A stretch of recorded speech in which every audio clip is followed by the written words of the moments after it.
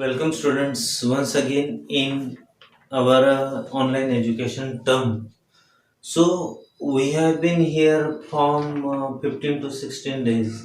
Means we were busy. Means all teachers were busy in our school work, and that's why we could not meet to each other in online education term. Okay, so last period I have explained you a poem, Try Again, because it is the rule of every success. We do not get any success in first attempt, so we have to make more and more attempts for achieving success. So this message has given in this poem.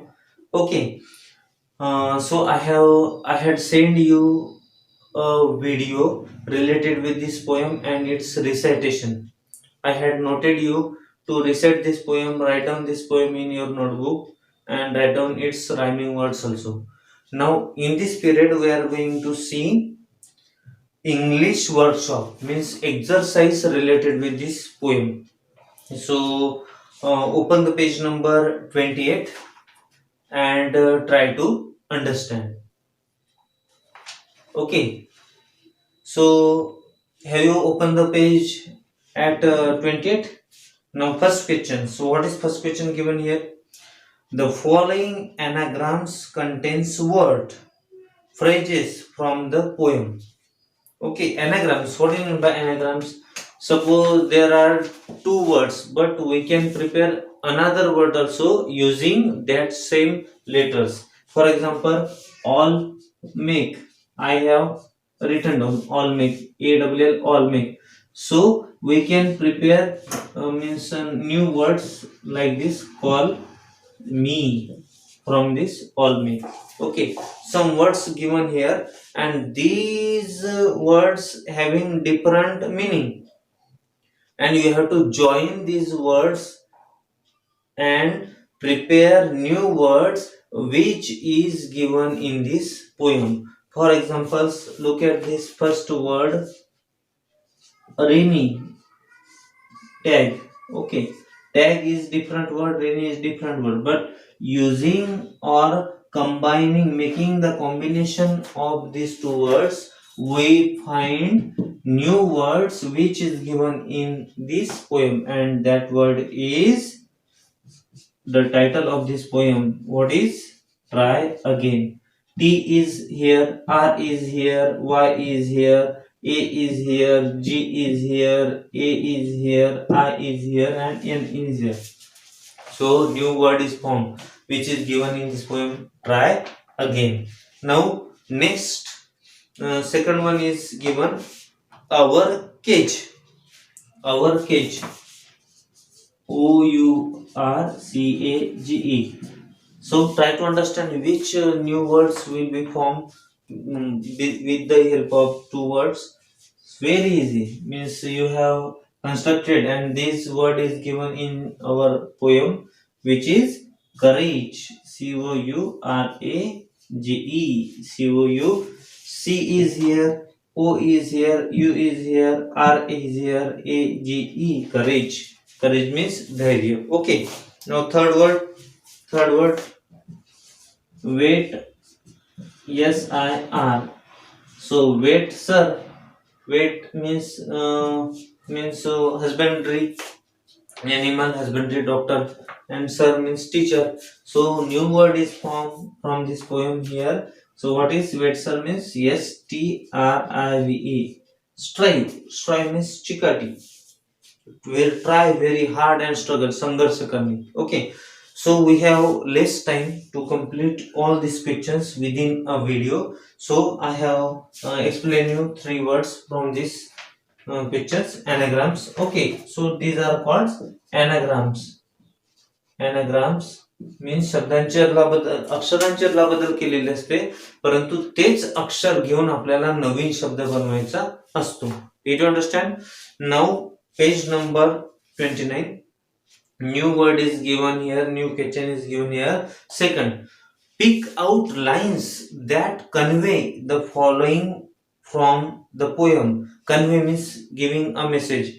या ओळीतून कोणता message प्रतीत होतो जो कवितेमध्ये दिलेला आहे तो तुम्ही ओळखायचा.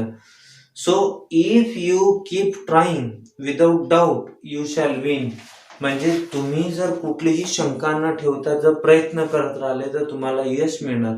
या अर्थाची एक ओळ कवितेमध्ये आलेली आहे बघा. जिथे विन दिलेलं, विन म्हणजे जिंकणे, आणि हा शब्द आहे सक्सेस संबंधित दिलेला. कुठे आहे? Yes. You will conquer never fear. You will conquer, conquer means जिंकणे. नेवर फिअर, घाबरू नका. घाबरू नका, मनात शंका ठेवू नका, तुम्ही नक्कीच जिंकणार. So you will conquer never fear, try again. This is the line for first sentence. Okay. Now second, B. It is not shameful to struggle hard. It is not shameful to struggle hard. म्हणजे काय म्हणू आपण त्याला? Struggle hard म्हणजे कठीण परिश्रम करणे, कठोर मेहनत करणे हे लाजिरवाणी गोष्ट नाही, तर मानाची गोष्ट आहे. ते म्हणजे b. If struggle means strive means मेहनत करणे. If we strive it no disgrace. Disgrace म्हणजे तुम्हाला कोणी नामोहरम करणार नाही किंवा तुम्हाला कोणी असं वाईट म्हणणार नाही. So it is given in this line. If we strive it's no disgrace. Disgrace म्हणजे नामोहरम करणे किंवा पाय ओढणे किंवा काय म्हणे आपली थट्टा करणे. ओके, म्हणून त्यासाठी आहे ही ओढ. Now third, when others can do the work so can you if you keep trying patiently. म्हणजे दुसरे जर काम करत असेल तर तुम्ही का नाही करू शकत? बा दुसरे प्रयत्न करत असेल आणि यश मिळत असेल पण तुम्ही का नाही करू शकत? तुम्ही देखील पेशन्स ठेवलं पाहिजे, म्हणजे संयम ठेवला पाहिजे आणि यशस्वी झाले पाहिजे. So which line suggest through this poem? So see, all that other folk can do, why with patience may not you. जर दुसरे लोक करू शकतात तर तुम्ही देखील का बरं धीर ठेवत नाही, संयम ठेवत नाही आणि तुम्ही देखील काय यशस्वी होत नाही? This line suggest for see meaning. Okay, and last one is when you fail in your first attempt make another one. When you fail in your first attempt make another one. जेव्हा तुम्ही तुमचा पहिला attempt काय करता, अपयशी होता, make another one. तुम्ही काय करा, दुसरा अटेम्प्ट देखील काय करा, त्याला पुन्हा प्रयत्न करा. म्हणजे पहिल्याच प्रयत्नात यश मिळेल असं नाही, तर त्यासाठी दुसरा प्रयत्न करणं आवश्यक आहे. निरंतर प्रयत्न करत राहणं आवश्यक आहे. For this, if at first you don't succeed try again. जरी तुम्ही पहिल्या प्रयत्नात यशस्वी नाही झाले तरी देखील हिंमत हारू नका, तुम्ही काय करत राहा, प्रयत्न करत राहा. Okay, in this way we have finish second question. Now third, find from the poem the antonyms. Antonyms means opposite words, विरुद्धार्थी शब्द. फॉर द फॉलोइंग मीन्स यशस्वी होणे, अपोजिट फेल काय होणे, अपयश होणे. सेकंड, पनिशमेंट मीन्स शिक्षा आणि त्याच्या अपोजिट काय करतो आपण, त्याला बक्षीस देतो. Means second reward, REWARD. Now third, courage means धैर्य आणि त्याच्या अपोजिट डिस्ग्रेस मीन्स काय म्हणू आपण, मनोधैर्य खचणे म्हणजे धैर्य खचणे. Now fourth, stop quit means थांबणे अँड क्विट मीन्स असं सोडणे आणि त्याच्या अपोजिट काय आहे, persevers means keep trying till one achieves. म्हणजे जोपर्यंत यश मिळत नाही तोपर्यंत प्रयत्न चालूच ठेवणे, परसिवर, चिकाटीने. And fifth one is lose means हरणे and second, what is the opposite of lose, win. Okay, or achieve. Okay, now next question number 4, answer in your own word. तुमच्या शब्दामध्ये उत्तर द्या. आता तुम्ही कविता चांगल्या पद्धतीने समजून घेतली असेल तर बघूया आपण. What lesson should be kept always in mind. What lesson should be kept always in mind. What lesson should be kept in always mind. Don't give up hope, make another attempt. Don't give up hope, make another attempt. बघा, एक मनामध्ये तुम्ही कोणता धडा किंवा कोणता संदेश मनात ठेवला पाहिजे, की कितीही अपयश येऊ तरी देखील प्रयत्न करणे सोडायचं नाही, यश मिळवायचं.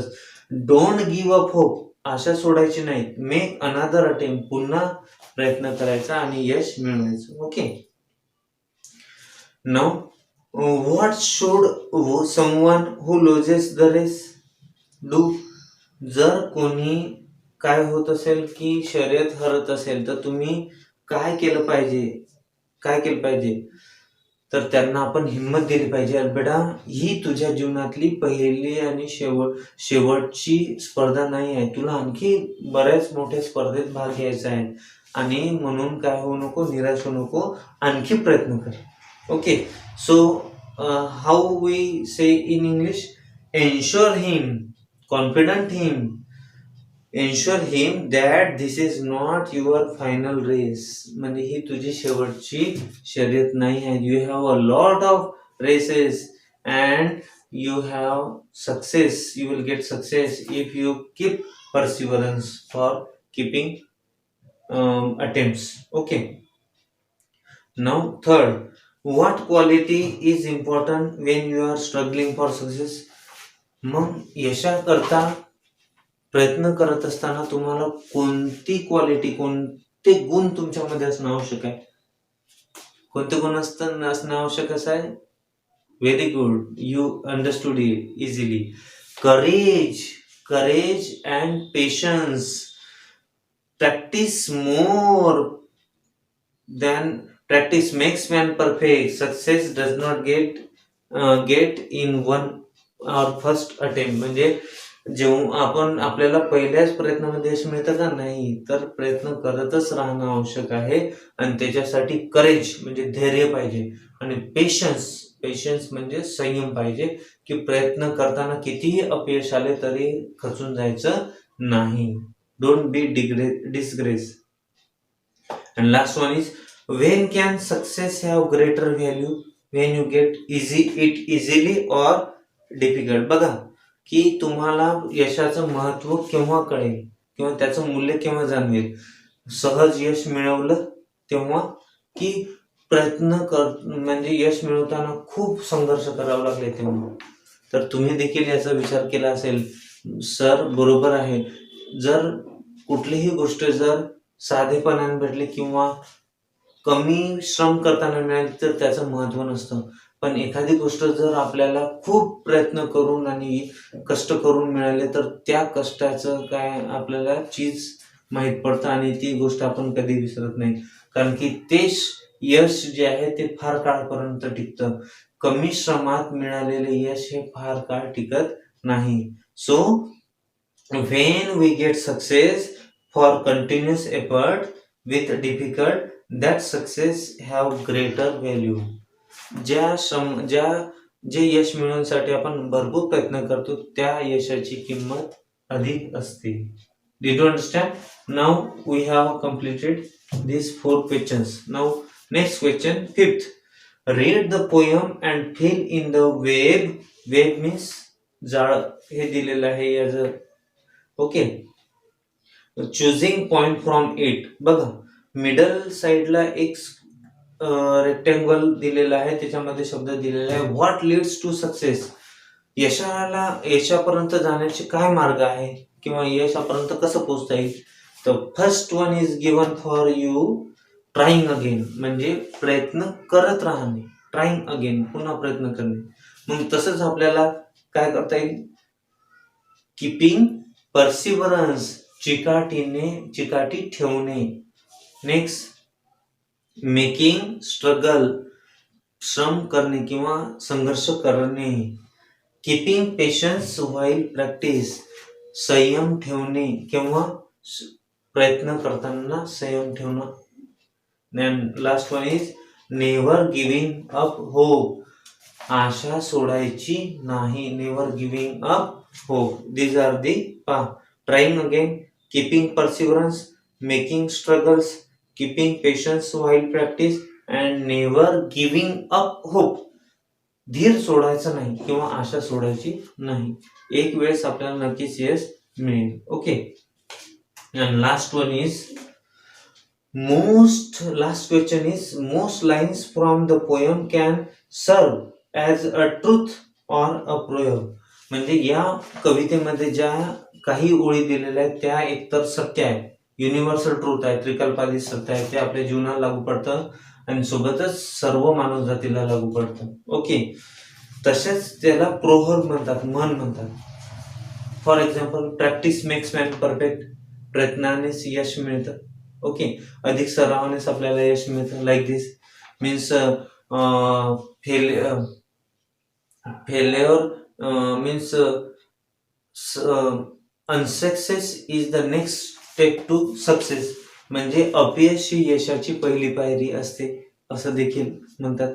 तर तशाच पद्धतीनं कोणत्या दिलेल्या आहे ते 3 ते 4 लाईन लिहायचं. कोणतं दिलेलं पहा बरं. If you find your task is hard, म्हणजे प्रत्येक श्रम आपल्याला कठीण वाटतो, पण केव्हा? जेव्हा आपण प्रयत्न करत नाही तेव्हा. पण जसं आपण प्रयत्न करायला लागतो मग आपलं श्रम काय होत जातं, कमी कमी होत जातं आणि आपल्याला यश मिळतं. Next, if at first you don't succeed, पहिल्याच प्रयत्नात यश मिळतं का? नाही. म्हणूनच म्हटलेलं आहे unsuccess is the next step to the success. म्हणजे अपयश ही यशाची पहिली पायरी असतं. Second, you will conquer, never fear, तुम्हाला नक्कीच यश मिळेल. नेव्हर फिअर, भीती बाळगू नका. हे देखील आपल्याला त्रिकलबाधित सत्य आहे. जर प्रयत्न करत राहिलं आणि भिलं नाही तर यश आपल्याला नक्कीच मिळतं. And fourth one is, time will bring you your reward, आणि काळाच्या ओघामध्ये तुम्हाला अशी तुम्हाला एक बक्षीस किंवा असं तुम्हाला एक काय मिळतो आपल्याला, आदर मिळतो, रिस्पेक्ट मिळतो, एक पारितोषिक मिळतं की जे आपण कधी अनुभवलेलं देखील नसतं. कारण आपले जे श्रम चालू असते त्या श्रमाची पावती काळ आपल्याला या बक्षिसाच्या रूपात म्हणजे यश आपल्या पदरात टाकून देतो. Okay, so in this way we have finish this English workshop regarding with try again this poem. Okay, now what is homework for you? So you write down these questions number 1 to 6 in your notebook and read these questions very carefully and try to understand. So we'll take a pause here. Good luck for your study. Sai Ram.